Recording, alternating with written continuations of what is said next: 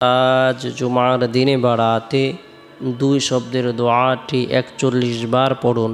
চিন্তা ও পেরেশানি দূর হবে, গায়েবী রিজিক আসবে, ঋণ পরিশোধ হবে, দোয়া কবুল হবে, গুনাহ মাফ হবে।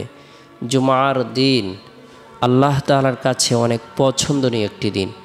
জুমার দিন বরকতপূর্ণ একটি দিন, ফজিলতপূর্ণ একটি দিন, মাহাত্ম্যপূর্ণ একটি দিন, তাৎপর্যপূর্ণ একটি দিন।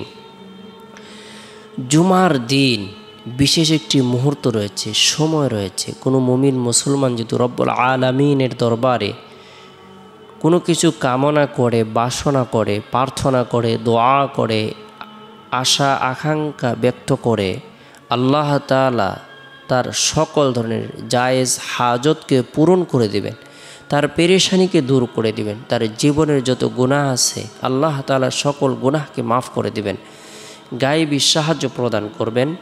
তাই বরকতপূর্ণ এই দিন আমরা প্রত্যেকেই নফল ইবাদত বন্দেগী করার জন্য চেষ্টা করব। কেননা জুমার দিনটি সাপ্তাহিক সকল দিন থেকে শ্রেষ্ঠ দিন। জুমার রাত সাপ্তাহিক সকল রাত থেকে শ্রেষ্ঠ রাত। বরকতপূর্ণ এই দিনে বিশেষ করে আমরা সূরাতুল কাহাফ আমল করার জন্য চেষ্টা করব। জুমার দিনের যতগুলো আমলের কথা হাদিসে উল্লেখ রয়েছে, এর মধ্যে থেকে ফজিলতপূর্ণ একটি আমল হলো জুমার দিন সূরাতুল কাহাফ তেলাওয়াত করা। যে ব্যক্তি জুমার দিন সূরাতুল কাহাফ তেলাওয়াত করবে, আল্লাহ পাক রব্বুল আলামিন তার ঈমানের মধ্যে একটি নূর প্রদান করবেন, যে নূরটি দীর্ঘ ১ সপ্তাহ পর্যন্ত তার অন্তরের মধ্যে চমকাইতে থাকবে। যে ব্যক্তি জুমার দিন সূরাতুল কাহাফ তেলাওয়াত করবে, আল্লাহ তাআলা তাকে দাজ্জালের ভয়াবহ ফিতনা থেকে নিরাপত্তা দান করবেন। যে ব্যক্তি জুমার দিন সূরাতুল কাহাফ তেলাওয়াত করবে, আল্লাহ পাক রব্বুল আলামিন তার জন্য ৭০,০০০ ফেরেশতা নিযুক্ত করে দেবেন। এই ৭০,০০০ ফেরেশতা তার জন্য মাগফিরাত কামনা করতে থাকবে। সুবহানাল্লাহ। ১ সপ্তাহ পর্যন্ত তার জন্য ক্ষমা প্রার্থনা করতে থাকবে। তাই আমরা জুমার দিন ফজরের নামাজের পর থেকে নিয়ে জুমার নামাজের আগ পর্যন্ত যে সময় রয়েছে, এই সময়ের মধ্যে সূরাতুল কাহাফ আমল করার জন্য চেষ্টা করব।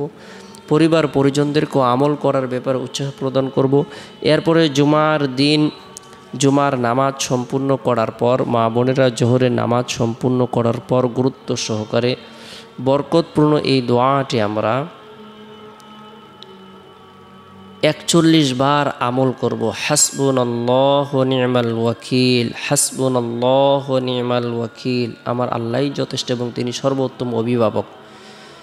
অর্থাৎ আমার চিন্তা ও পেরেশানি দূর করার জন্য আল্লাহই যথেষ্ট, আমার অভাব দূর করার জন্য আল্লাহই যথেষ্ট, আমার দুঃখ কষ্ট দূর করার জন্য আল্লাহই যথেষ্ট, আমার শারীরিক সুস্থতার জন্য আল্লাহই যথেষ্ট, আমার ঋণ পরিশোধ করার জন্য আল্লাহই যথেষ্ট।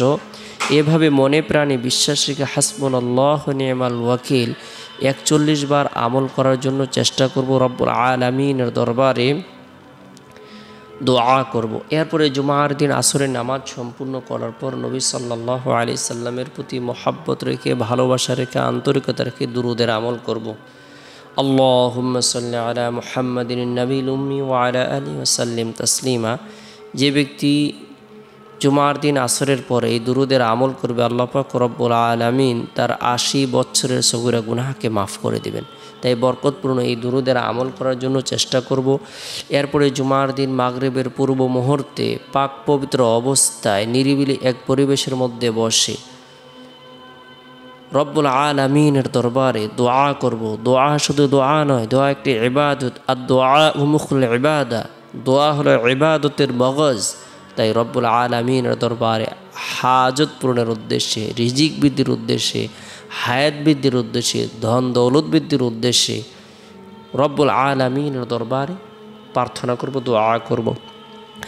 এরপরে জুমার দিন শেষ হওয়ার পর যে রাত আসে, এই রাতটি হলো ফজিলতপূর্ণ একটি রাত। এই রাতের মধ্যে বিশেষ করে এশারের নামাজ সম্পূর্ণ করার পরে গুরুত্ব সহকারে তাসবিহ হাতে নিয়ে সুবহানাল্লাহ ৩৩ বার, আলহামদুলিল্লাহ ৩৩ বার, আল্লাহু আকবার ৩৪ বার, এই তাসবিহ তাহলিল তাহমিদগুলো আমল করব। রাতে ঘুমানোর পূর্বে আল্লাহুম্মা বিসমিকা আমুতু আহইয়া এই দোয়াটি পাঠ করে ঘুমিয়ে যাব।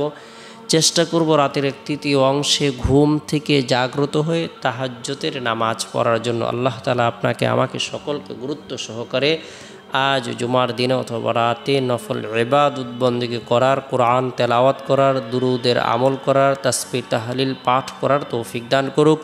সকলে ভালো থাকুন, সুস্থ থাকুন, সকলে সুস্বাস্থ্য কামনা করে শেষ করছি। আসসালামু আলাইকুম ওয়া রাহমাতুল্লাহ।